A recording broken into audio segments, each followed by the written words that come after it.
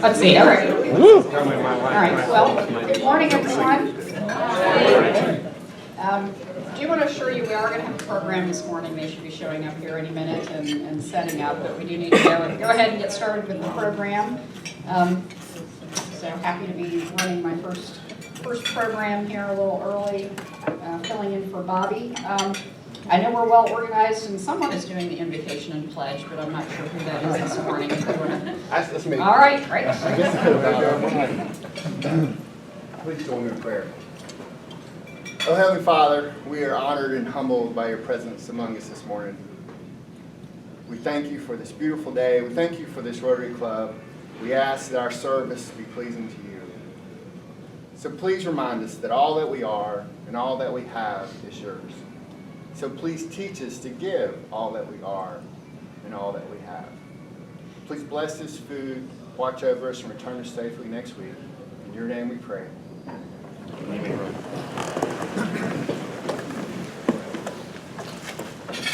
I pledge allegiance to the flag of the United States of America and to the republic for which it stands, one nation, under God, indivisible, with liberty and justice for all. And of all the things we think, say, and do, Is it the truth? Is it fair to all concerned? Will it build goodwill and better friendships? Will it be beneficial to all concerned?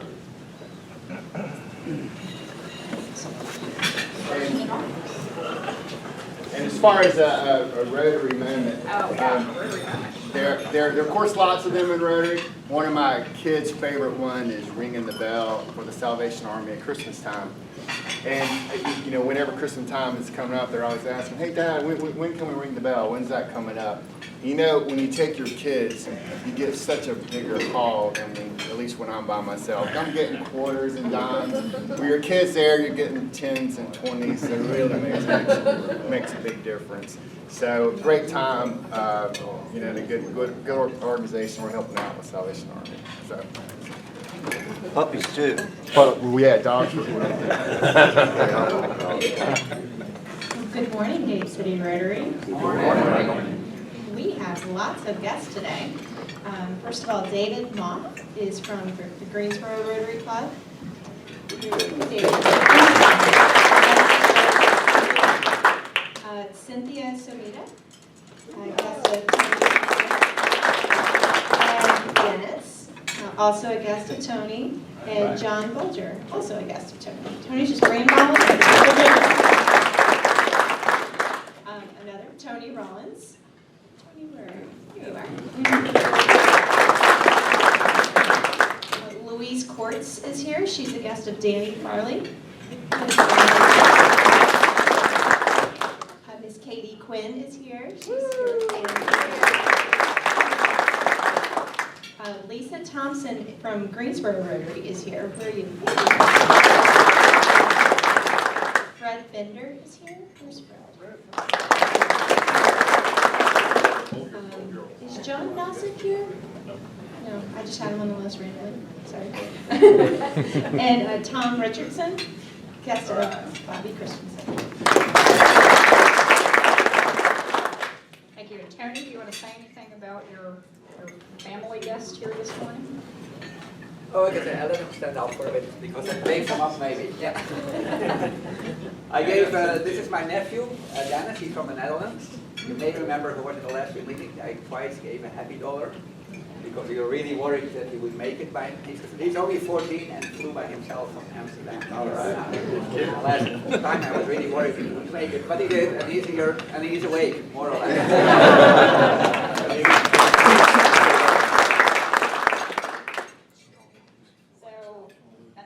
So Danny, do you want to do your special announcement for this morning?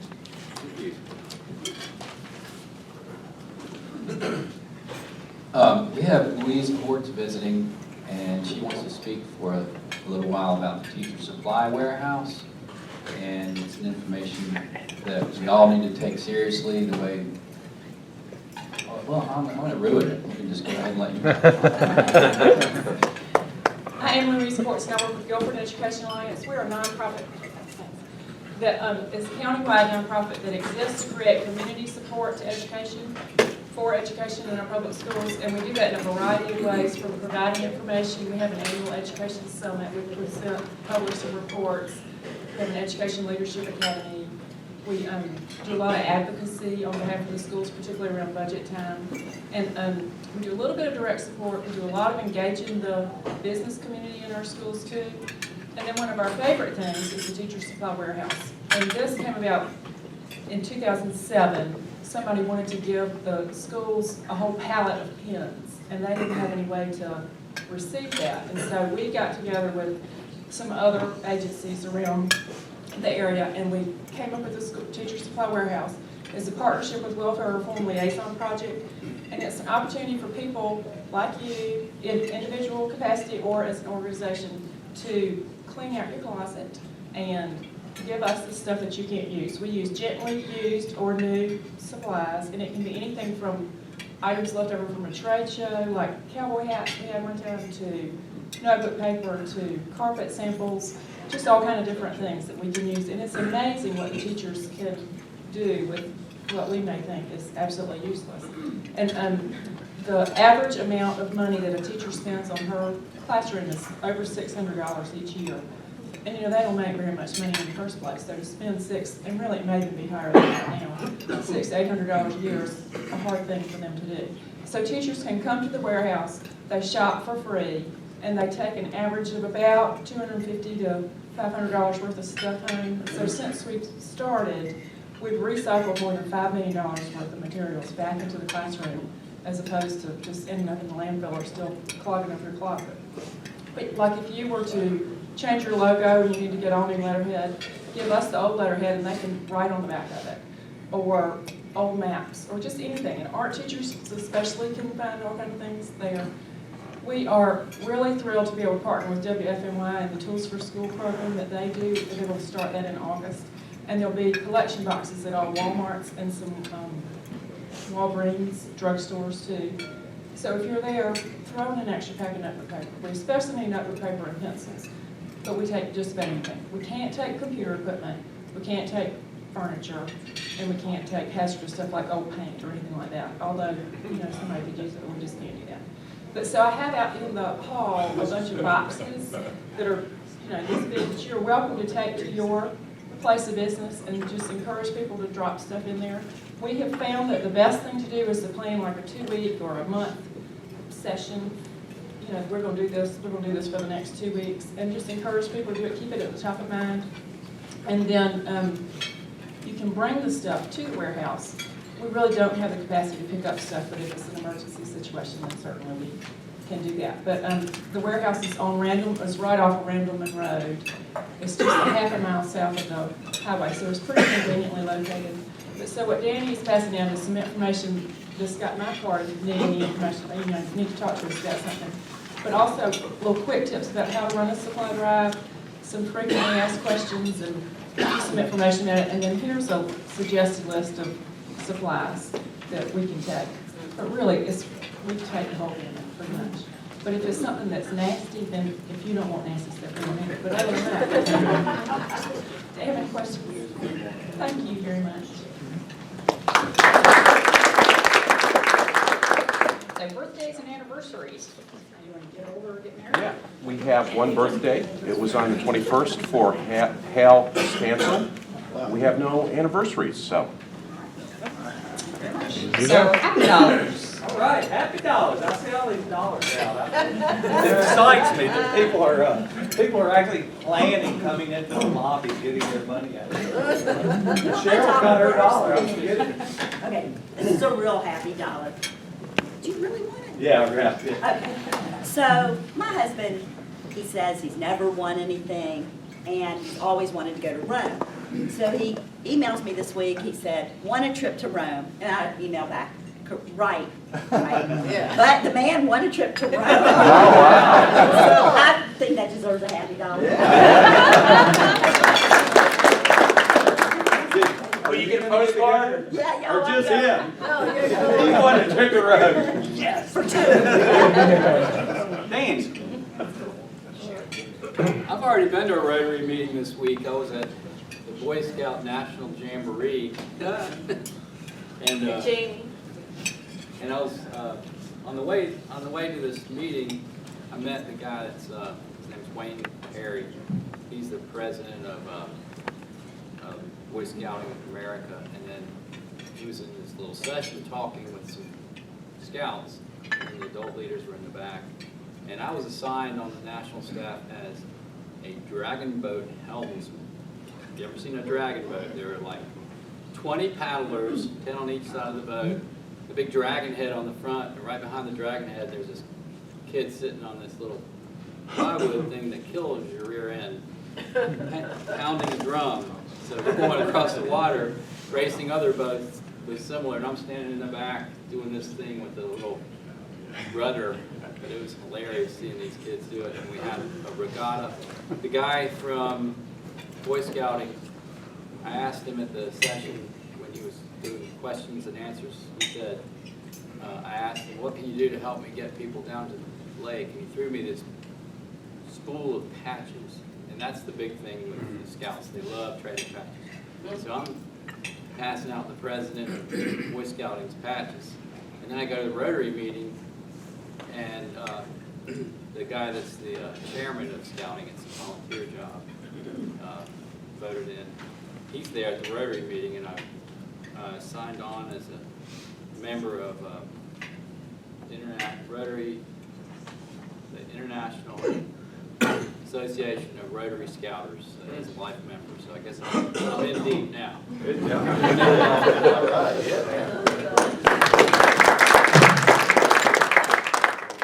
yeah. Wild man.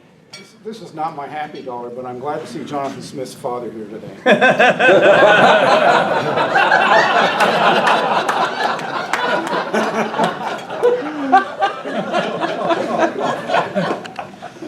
Anyway, last Friday, I was up at VIR, did the Aerial Atom experience. It's incredible. We had 3 15-minute sessions, great training. They actually build them there at VIR. And I had so much fun, I'm going to go back. Planning to go back hopefully at the end of August. So, awesome experience. Vic, you got the dollar. I got the dollar. I was the one preparing for Buster. Vic was so worried. All he had was some change and a 10. And I knew Buster wasn't going to give change. He was so nervous. This guy's been $10. He wasn't going to give you the 10. This week I've been working with Housing Greensboro on the Rampathon. And I'm a site supervisor for them. And if you look at the paper today, on the second page was some kids in my group. We'd finished up early, but I had 2 sophomores, 2 juniors, and 2 rising seniors in high school. 250 kids from a Catholic group. They come, I think they're in from 22 states. They spend the week on the floor at a gym at St. Paul's. They're there every morning at 9 o'clock. They work till 2:30. I mean, these girls are about the size of Katie.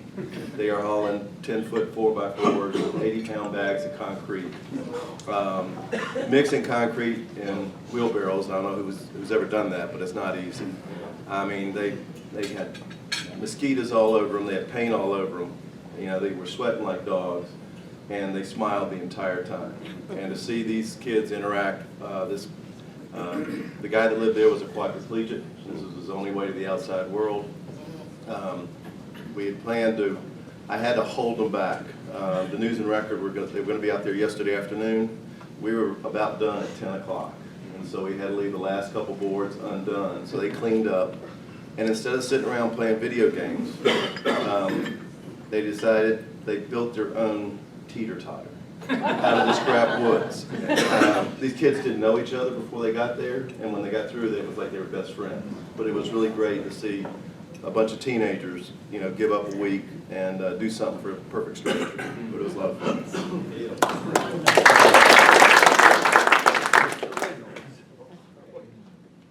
I've got 2.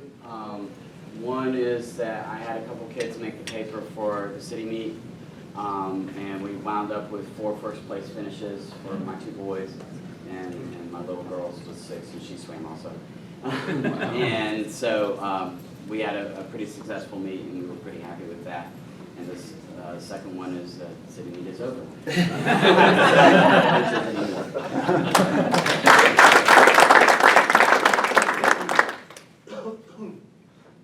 Well, I don't know how many of you play golf, but I had one of my thrills a couple of weeks ago. I actually made my first hole-in-one.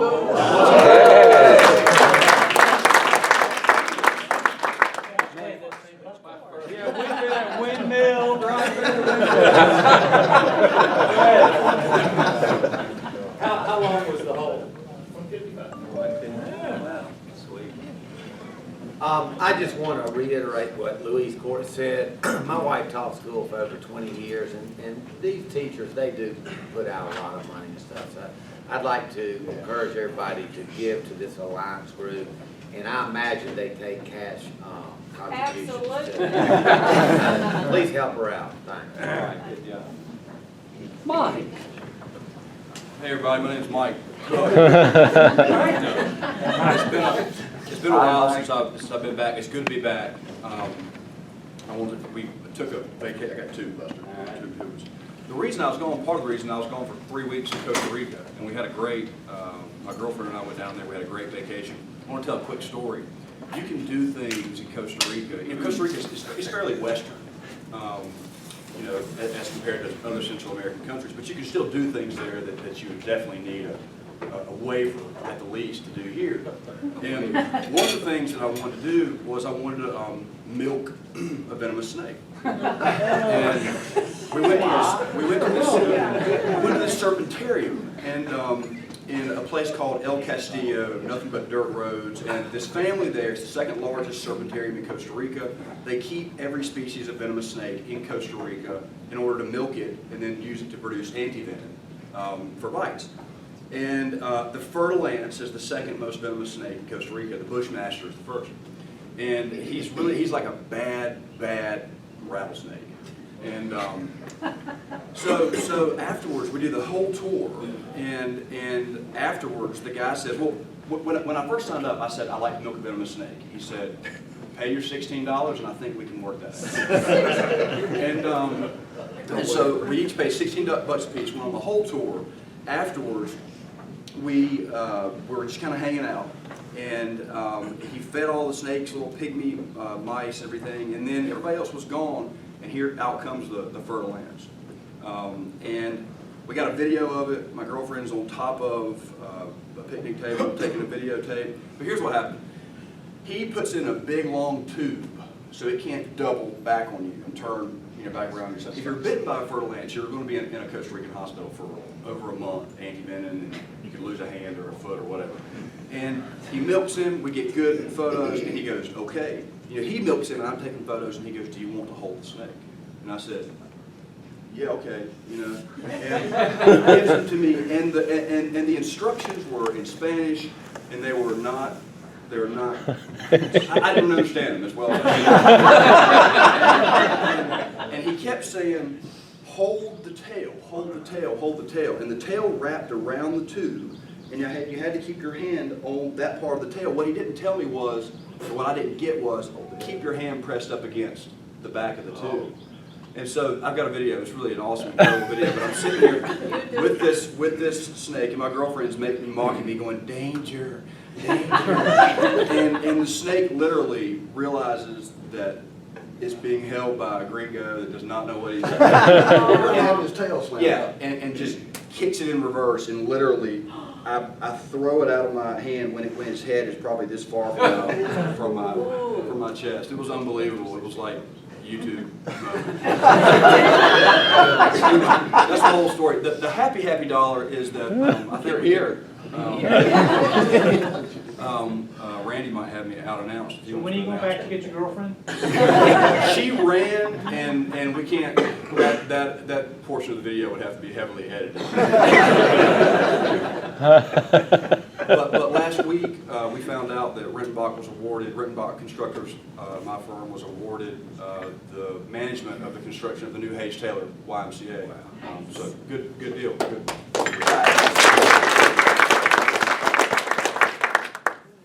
Well, snakes. Now you got me all all creeped out. It's like, no, you got, it's like, what you need with that down there is a couple of hose. Yeah, I got you guys. Very quickly. Bill, that. Since it's, Yeah. I just want to say two things, actually. One is I'm very happy to be here with my good friend Cheryl Davis. Thank you for inviting me. Number two, you probably didn't know that Cheryl makes lots of people happy because she heads up a foundation that gives away about $200,000 a year to senior citizens. And actually, number three, my birthday's next week. All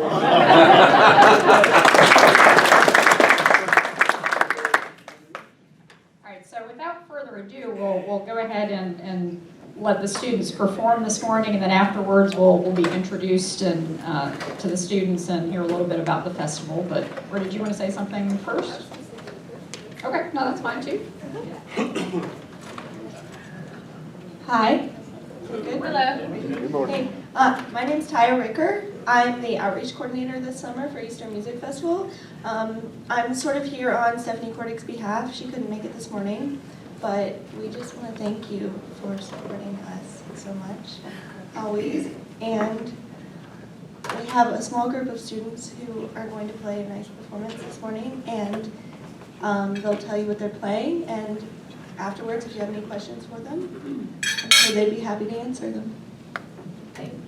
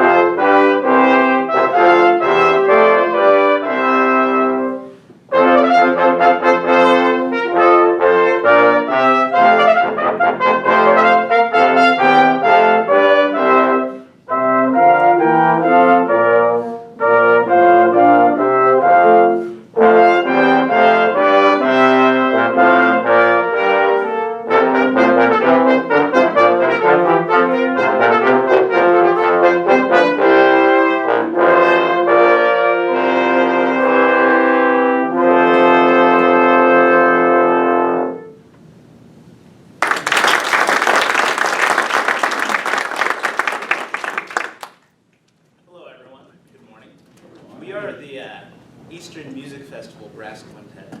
And that first piece we played for you was a movement from a Santoni number 5 by Samuel Scheidt.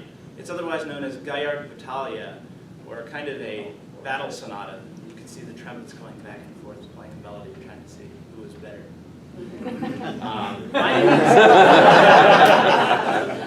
My name is Paul Radke. I go to the Eastman School of Music. I'm a junior there studying trombone performance. But I'm originally from Kansas City, and this is my first summer at EMF. And even though it was kind of rainy at first, I really enjoyed it. I think everyone else is going to introduce themselves to you now, too. So, yeah. Oh, okay. Hi, my name is Emily Naslin. I study trumpet performance at New England Conservatory of Music in Boston, Massachusetts. It's a really hard name to say this early in the mornings. This is my first summer at EMF also. I'm originally from Detroit. And it's been great, rainy, but I mean, it's nice to get down from the north a little bit and experience some of your weather, even though it's been a little bit hot for me from Detroit. Hi, my name's Will Yeager. I'm originally from Maryland. I go to the University of Maryland. Also my first summer. I'm loving it. Good. I'm Emily Schaefer. I go to school at Cleveland Institute of Music. I will be a senior this fall. I'm from Philadelphia, Pennsylvania, and this is my second summer here. A lot of fun. Hello, my name is Carter Jackson. I play bass trombone with Paul. I go to the Art School of Music in Hartford, Connecticut. And it's my first summer also.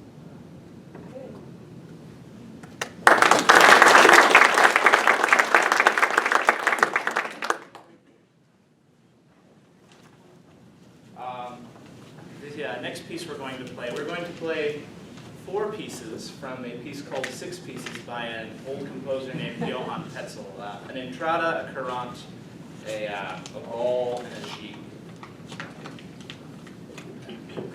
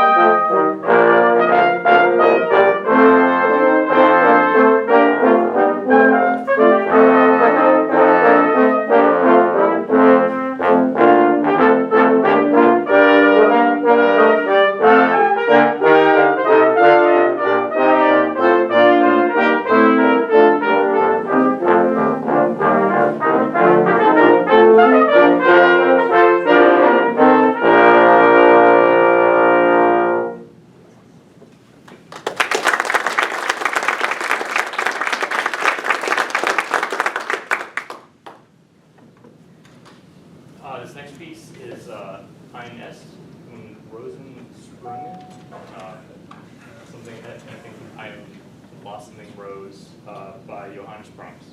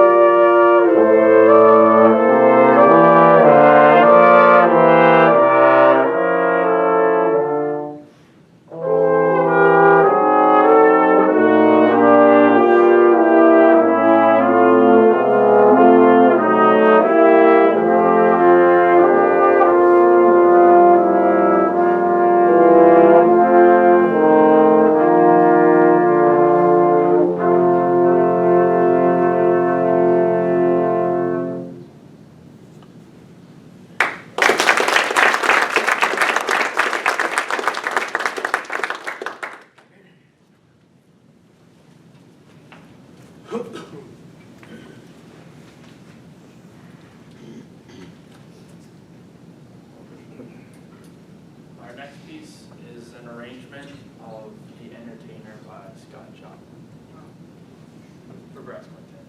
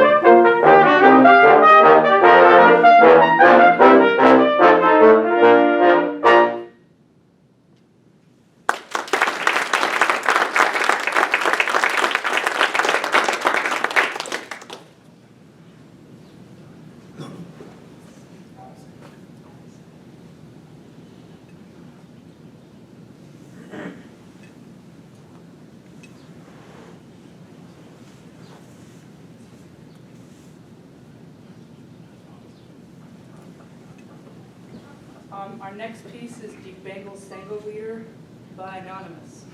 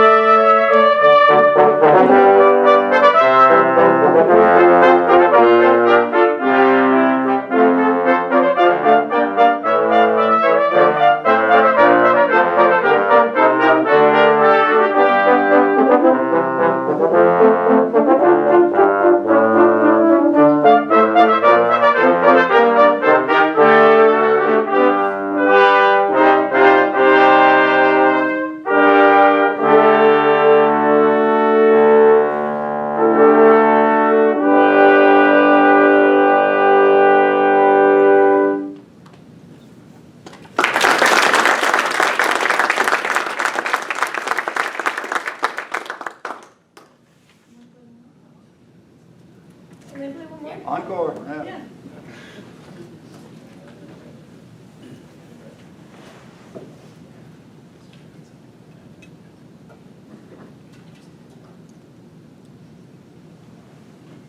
The last piece that we will be playing is Pink Panther.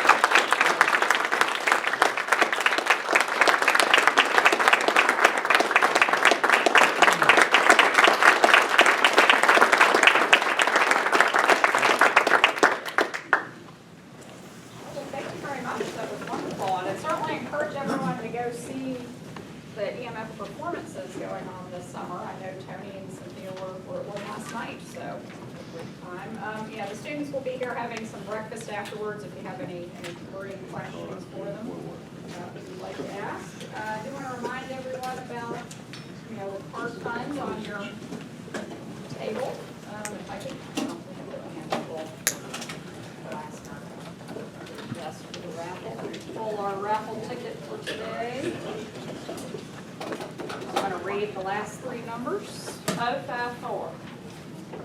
All right. Oh, Katie. You can pay me back for that car.